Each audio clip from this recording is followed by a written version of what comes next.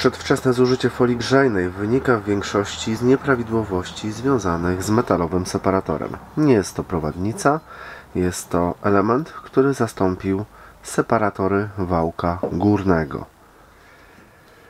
Pierwszy przykład. Klient stwierdził, że na metalowym separatorze zbiera się osad.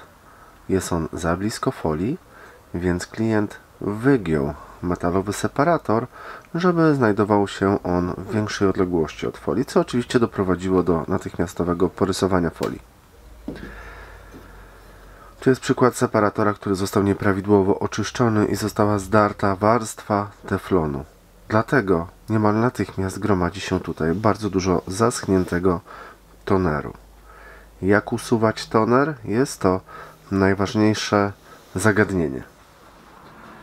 Jeżeli toner będzie usuwany śrubokrętem, co jest najwygodniejszą formą czyszczenia, oczywiście toner zostanie usunięty, jednak warstwa teflonu zostanie zdarta i tak się najczęściej dzieje.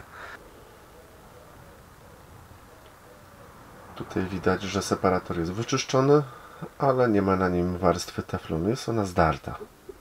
Taki separator jest do wyrzucenia. Każdy serwisant w obecnych czasach musi mieć taki patyczek i takim patyczkiem dopiero można usuwać zużyty toner w sposób jak najbardziej bezpieczny. Nie usunąłem warstwy teflonu z metalowego separatora, dzięki temu może on pracować dalej. Warstwa teflonu została na nim, gdyż był czyszczony patyczkiem. O tym rozmawiamy w pierwszej części szkolenia.